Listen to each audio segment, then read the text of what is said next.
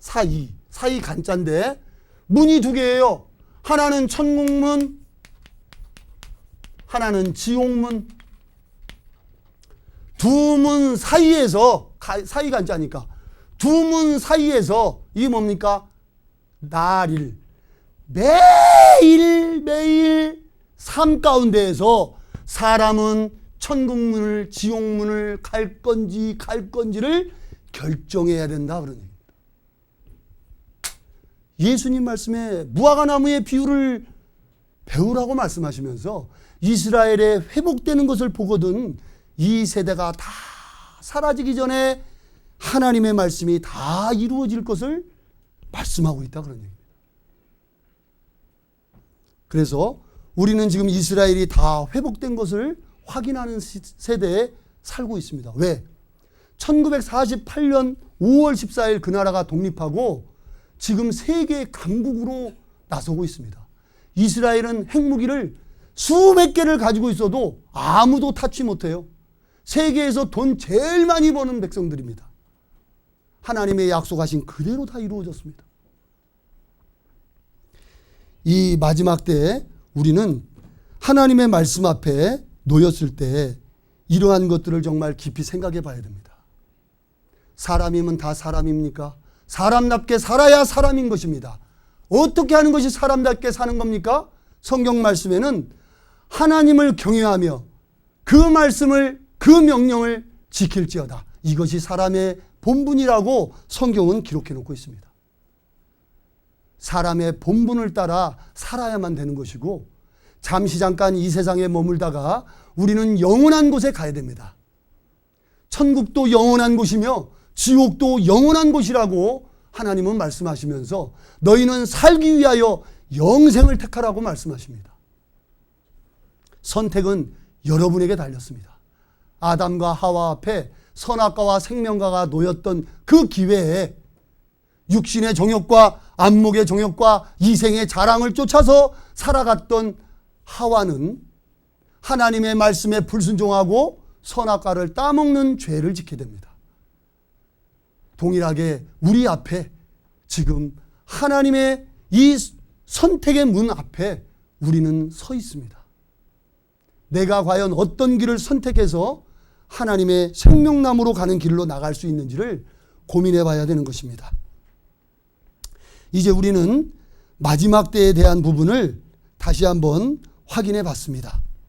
그러면 하나님께서 정하신 그 이스라엘의 마지막 때를 다시 한번 생각해 보면은 이스라엘 땅이 지금 이방인들에게 밟히고 이방인들로부터 이제 완전하게 독립하는 그날, 이제 그 땅에 거하는 백성이 평안하다 안전하다 할 그때 해산의 고통이 이름같이 순식간에 하나님의 말씀대로 마지막이 이루어질 것을 하나님은 말씀하고 있습니다. 이제 하나님께서 정하신 인류 역사의 마지막을 성경을 통해서 다시 한번 확인해 보겠습니다. 이사야서 28장입니다.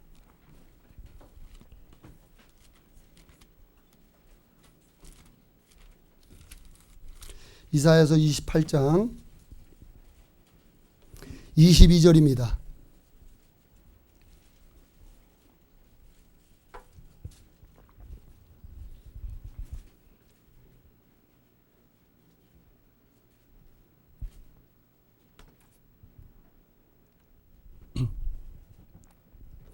(22절) 같이 한번 읽어보겠습니다.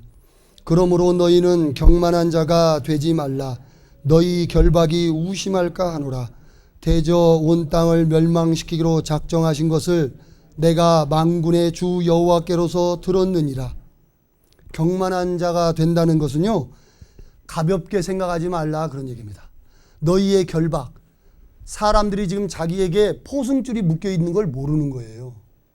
왜? 심판이 이미 작정되었다는 거예요. 하나님께서는 그 영혼이 하나님 앞에 살아있는지 죽어있는지, 죄로 말미암아 죽어있는 영혼이 이제 죽으면 지옥 갈 수밖에 없는 영혼이 지금 이 땅에서 지금 뭘 준비하고 있는지 이런 말씀을 들으면서도 경만한 자, 가볍게 여긴다 그런 얘기예요. 하나님의 말씀을 농담으로 여기는 거예요. 그러면 어떻게 되느냐? 나를 지금 포승줄로 오랏줄로 지금 묶어놨다는 거예요. 너희의 결박이 우심할까 하노라. 우심이라는 건 꽉 조여드는 걸 얘기하는 겁니다. 내가 하나님 말씀을 우습게 여기면 심판의 오랏줄이 더 꽉 조여질 거다, 그런 얘기예요. 그러면서 말씀하시기를 대저 온 땅을 멸망시키기로 작정하신 것을 누가 작정했을까요? 하나님이 작정하셨다니까요. 그것을 내가 주 만군의 여호와께로서 들었느니라, 이렇게 기록하고 있는 거예요. 또 이사야 46장 10절.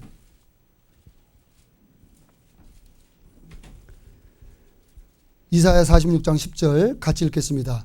내가 종말을 처음부터 고하며 아직 이루지 아니한 일을 옛적부터 보이고 이르기를 나의 모략이 설 것이니 내가 나의 모든 기뻐하는 것을 이루리라 하였노라.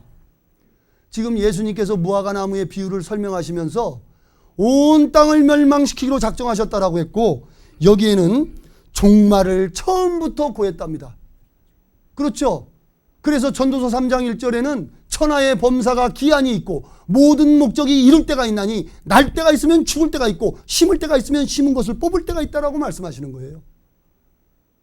그 가운데 목적을 이루어야 된다. 근데 그 목적을 모르기 때문에 사람들이 뜬구름 잡는, 바람을 잡는 인생을 살다 보니까 잡은 것 같은데 보면은 아무것도 없다, 그런 얘기예요. 그래서 종말을 처음부터 고했다고 말씀하시는 겁니다. 그리고 아직 이루지 아니한 일을 옛적부터 보였죠. 미래에 어떤 일이 있을지 다 말씀하셨잖아요. 과거에 무슨 일이 있었는지도 다 말씀하신 분이었다, 그런 얘기예요. 복도 내리고 저주도 내리는 그런 분이었다는 것을 우리는 확인해 봤습니다. 왜? 이스라엘을 통해서 하면서 샘플 민족을 통해서 이미 하나님이 해보셨기 때문에 이방 민족은 이스라엘을 보고 그대로 된다, 그런 얘기예요. 이사야서 10장에도 동일한 말씀이 있습니다. 이사야서 10장.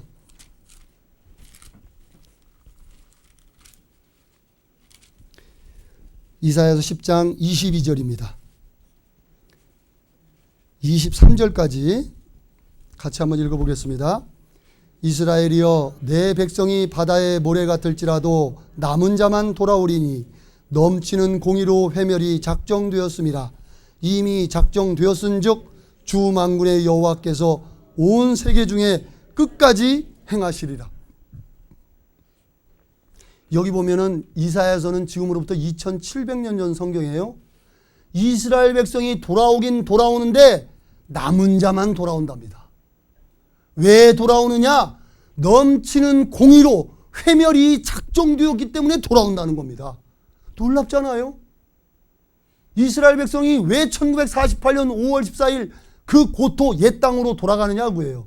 우리 같으면 외국 나가서 대한민국에 전쟁 났다 그러면 아이고 전쟁 났어, 큰일 났네, 그러고 말 텐데, 이스라엘 백성들은 지네 나라에 전쟁 났다 그러면 대학생까지도 휴학계를 내고 그 나라로 간답니다. 왜? 싸우려고. 이상한 민족이지요. 왜 그럴까요? 하나님이 그 백성들 마음에 그걸 심어주신 거예요. 돌아가자. 하나님의 약속하신 땅으로 돌아가자. 그래서요, 이스라엘 백성들 귀에는요, 하나님의 나팔 소리가 들리는 거예요. 네? 민수기서 11장에 보면 하나님께서 은나팔 둘을 만들어 부르라고 하십니다. 첫째 나팔을 부르면 소집해라. 빰빰빰빰빰빰 하면 백성들을 쫙 모으는 거예요. 두 번째 나팔을 울려 불면 진행의 나팔입니다. 앞으로 돌격입니다. 근데 신약에서 그 말씀을 그대로 인용해서 하나님의 나팔 소리가 난다고 그랬습니다. 나팔 불 때 나의 이름, 나팔 불 때 나의 이름. 여러분, 하나님의 나팔 소리 날 때 여러분의 귀에 그 나팔 소리가 들리겠습니까? 무엇으로 확신하십니까? 하나님의 소집의 나팔은 이미 울렸습니다. 1948년 5월 14일 이스라엘 백성들에게 들렸습니다. 그 백성들의 귀에 들렸기 때문에 어디서든지 이스라엘로 지금 돌아가고 있는 겁니다. 이스라엘 텔아비브 공항에 지금도 이스라엘 백성들은 그 고토로 돌아가는 역사가 지금 이 시간에도 이루어지고 있다는 거예요. 누가 그들의 마음을 움직였을까요? 바로 하나님의 소집의 나팔 소리가 그들의 귀에 들렸다는 겁니다. 이제는 마지막 이 시간, 문 열리는 시간, 하나님의 지금 문 앞에 서 계시는데 이 일이 다 이루어지는 순간 구원받은 하나님의 백성 귀에 이제 진행의 나팔 소리가 울려 퍼질 겁니다. 나팔 불 때 나의 이름 부를까요? 나의 이름 불러야만 되는 겁니다. 나의 이름이 거기서 불려지지 않는다면 나는 이 세상에 남아서 하나님의 진노의 심판의 대접이 이 땅에 쏟아질 것이기 때문에 그렇습니다.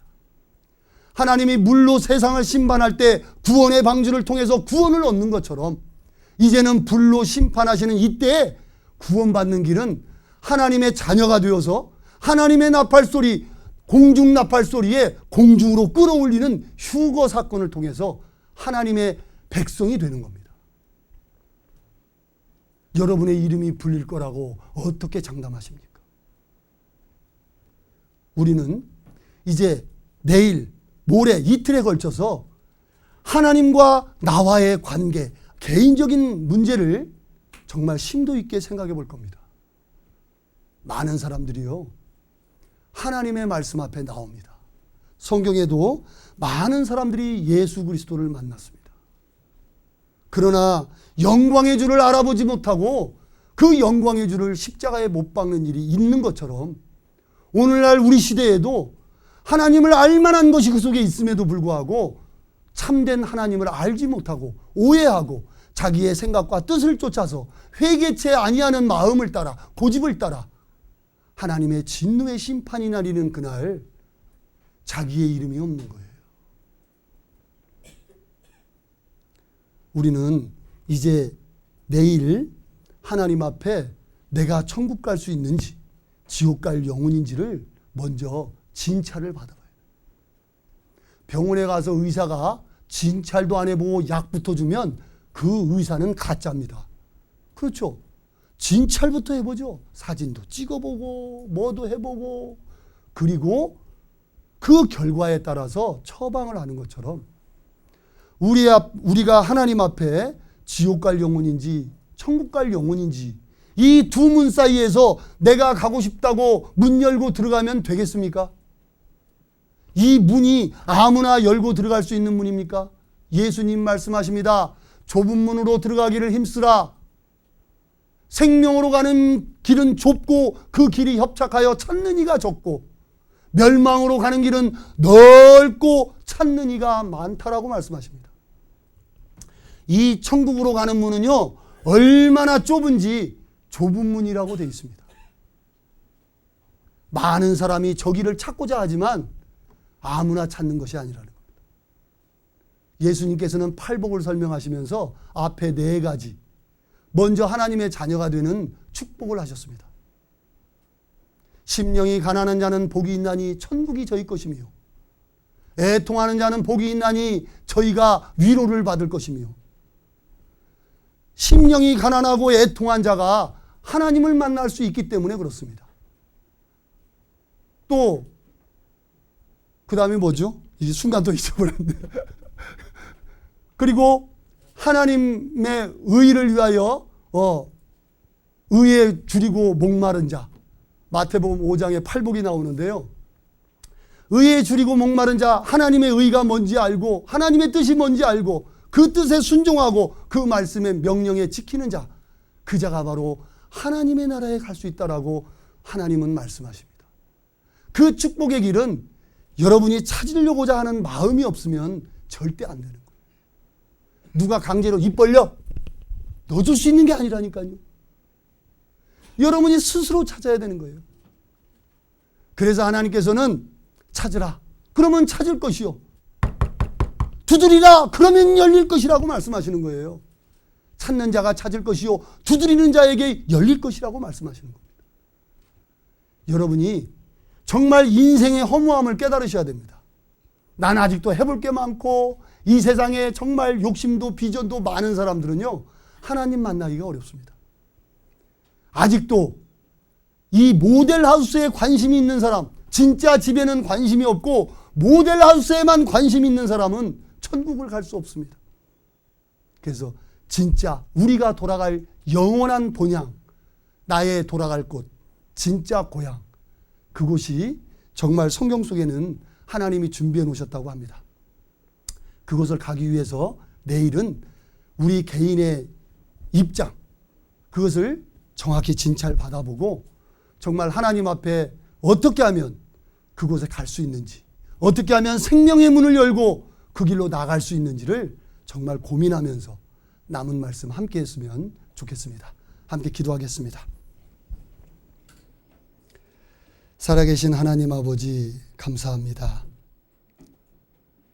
하나님을 알지 못하고 이 세상에 소망을 두던 불쌍한 인생들, 하나님께서 긍휼히 여기시는 마음으로 하나님의 말씀에 불러주시고 하나님의 음성으로 그 마음판에 심기게 해주심을 감사를 드립니다. 말씀을 듣는 것이 사람의 말이 아니고 하나님의 말씀으로 받음이니 진정 그 듣는 말씀이 각 사람 마음속에 역사해서 죽은 영혼을 살릴 수 있도록 하나님께서 친히 도와주시옵소서. 우리를 사랑하시는 예수님 이름으로 감사하며 기도드렸습니다. 아멘. 수고들 하셨습니다.